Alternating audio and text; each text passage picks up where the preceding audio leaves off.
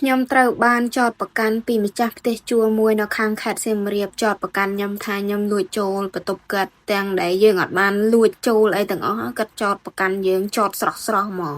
ឈឺចាប់ខ្លាំងណាស់បងប្អូននិយាយមែនរឿងហ្នឹងគឺខ្ញុំលាក់ទុកយូរហើយព្រោះខ្ញុំអត់ដែលបាននិយាយតែថ្ងៃនេះគឺខ្ញុំសុំមកនិយាយឲ្យអស់ឲ្យបាត់ការឈឺចាប់ព្រោះអីការឈឺចាប់មួយនេះគឺខ្ញុំលាក់ទុកយូរហើយបងប្អូនហើយអាពេលហ្នឹងយើងនៅក្មេងយើងអត់ដឹងថាអ្វីជាអ្វីហើយណាមួយយើងទៅតែមកនៅខេត្តត្បូងផងហើយវាត្រូវជួបរឿងអញ្ចឹងហើយខ្ញុំមានអារម្មណ៍ថាខ្ញុំឈឺចាប់ខ្លាំងណាបងប្អូនហើយព្រោះអីយើងអត់បានធ្វើប៉ុន្តែគេចោទយើងស្រស់ៗហ្មងបងប្អូនហើយរឿងហ្នឹងគឺវាអញ្ចឹងការឡុងឆ្នាំ2014 15បងប្អូនខ្ញុំឡើងថ្នាក់ទី10ខ្ញុំក៏បានបដូរសាលាពីខាងស្រុកបវរនៅខាងលាវីហ្នឹងដូរមករៀននៅខាងខេត្តសៀមរាបហើយពេលហ្នឹងខ្ញុំមកនៅសៀមរាបដំបូងគឺនៅមួយអ៊ំខ្ញុំហើយដល់ពេលយូរទៅខ្ញុំក៏បែកពីអ៊ំខ្ញុំនៅផ្សេងជាមួយបងប្អូនជីដូនមួយផ្សេងអញ្ចឹងណាបងប្អូនហើយបន្ទាប់មកម្ចាស់ផ្ទះជួលមកកន្លែងហ្នឹងគាត់ទៅតែធ្វើបន្ទប់ថ្មីធ្វើកន្លែងថ្មីណាធ្វើបន្ទប់ថ្មីខ្ញុំក៏ស្រឡាញ់បន្ទប់នឹងហើយខ្ញុំចង់ទៅនៅបន្ទប់ស្អាតផ្ទះស្អាតតាមធម្មតាបងប្អូនដឹងស្រាប់ហើយស្រីគ្នាយើងតែបន្ទប់កន្លែងណាស្អាតមានអារម្មណ៍ថាចង់នៅព្រោះយើងអត់ដែលបានបន្ទប់ស្អាតអត់ដែលមានកន្លែងស្អាតនៅ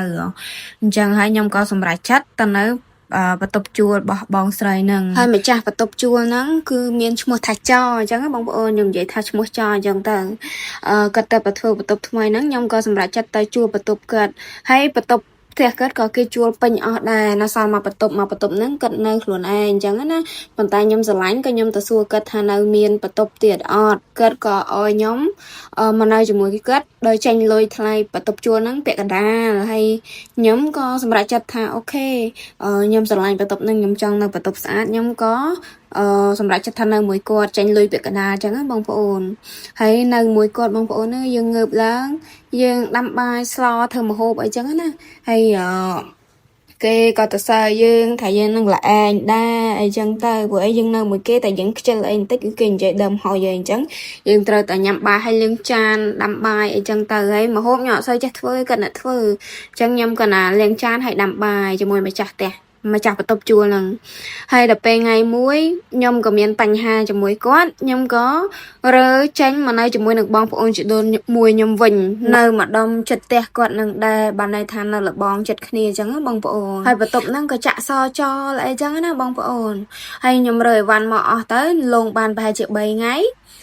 ម្ចាស់ផ្ទះជួលហ្នឹងគេមកពីស្រុកហើយក៏គេបើកបន្ទប់ហ្នឹងចូលមើលស្រាប់តែគេឃើញ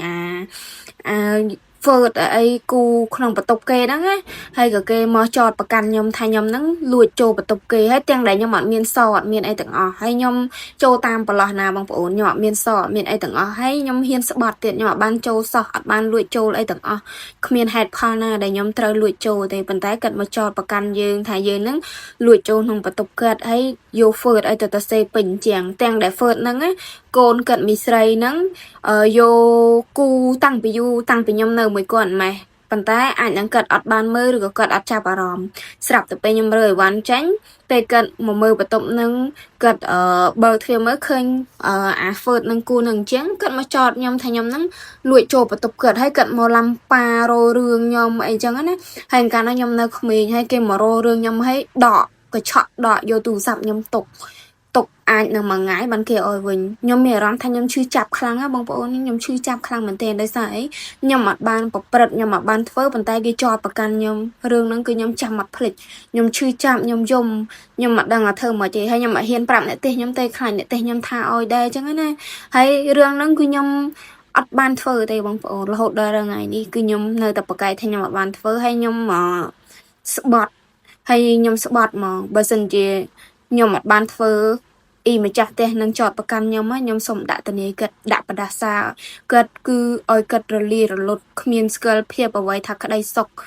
ឲ្យគ្រួសារវិនិច្ឆ័យហិនហោចខ្ញុំស្អប់បងប្អូនហើយអ្នកដែលចោតប្រកាន់គេទាំងដែលគ្មានហេតុផលចោតប្រកាន់យកតែឈ្នះគឺខ្ញុំដេកយំហ្មងបងប្អូនដេកយំតូចចិត្តថាហេតុអីក៏មានមនុស្សបែបហ្នឹងហើយខ្ញុំសូមដាក់បដាសាចែដែលចោតប្រកាន់ខ្ញុំរហូតដល់ឥឡូវហ្នឹងឲ្យគាត់វិនិច្ឆ័យអន្តរាយហិនហោចមិនស្គាល់អ្វីដែលហៅថាក្តីសុខ សូមឲ្យគាត់លលាយវិនាសហិនហោចគ្រួសារឲ្យលលាយខ្ចាត់ខ្ចាយអ៊ីម្ចាស់ផ្ទះជួលហ្នឹងផ្ដើមដល់អសចឲ្យលលាយ